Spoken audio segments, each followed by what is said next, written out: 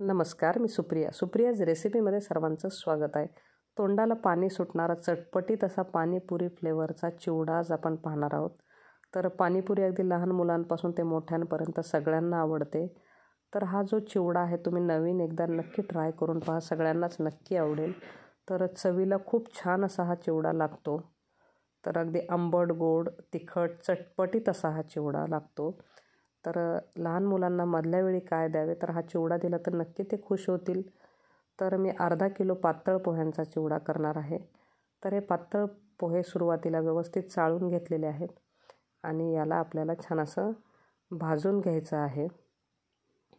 तर हे पोहे भाजताना एक काळजी घ्यायची आहे की याला आपल्याला जास्त मोठ्या गॅसवर भाजायचं नाही आणि मीडियम गॅसवर थोडंसं मीठ यामध्ये ॲड करून घ्यायचं आहे. आणि मीठ ॲड केलं की व्यवस्थित परत एकदा छान याला भाजून घ्यायचं आहे. खाली मी एक तवा ठेवलेला आहे जेणेकरून डायरेक्ट हीट याला लागत नाही आणि पोहे आकसत नाहीत. तर बघू शकता हे पोहे छान भाजून झालेले आहेत आपले.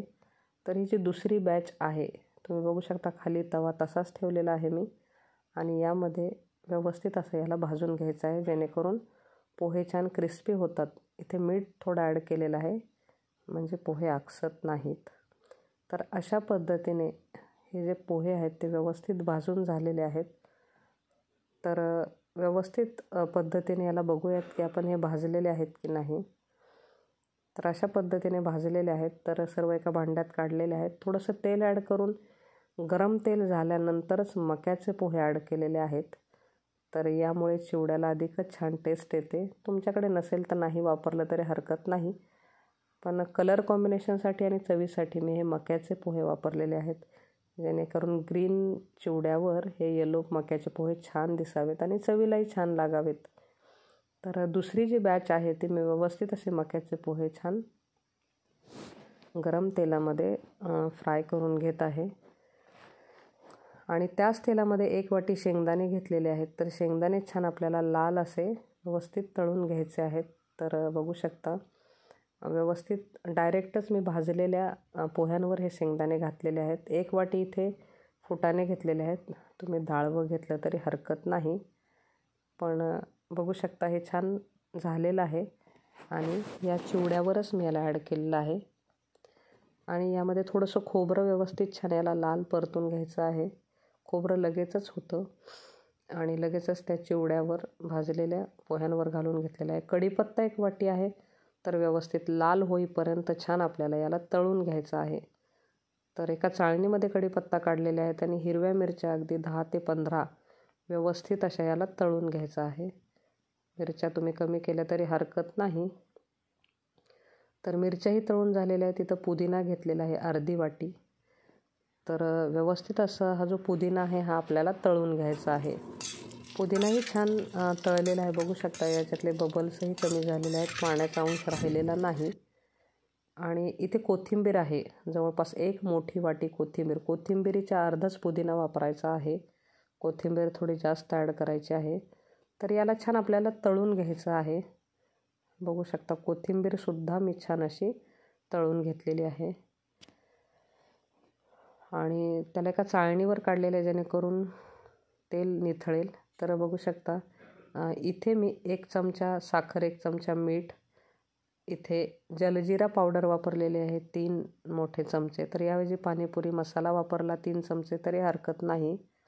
1 चमचा मीठ, 1 चमचा साखर आणि इथे 3 चमचे जलजिरा पावडर, 1 चमचा धने पावडर, 1 चमचा जिरे पावडर आणि थोडासा हिंग. आणि बघू शकता इथे काळं मीठ वापरलेलं आहे थोडंसं चव येण्यासाठी. आणि हा जो मसाला आहे तो मी व्यवस्थित असा एकत्र करून घेतलेला आहे. एका वाटीमध्ये हा मसाला मी काढून घेतलेला आहे आणि बघू शकता त्याच मिक्सरच्या भांड्यामध्ये हे जे तळलेले जिन्नस आहेत, कढीपत्ता, हिरवी मिरची, पुदिना आणि कोथिंबीर. हिरवी मिरचीसुद्धा मी ॲड केलेली आहे जेणेकरून सगळ्या चिवड्यांना तिखटपणा उतरावा.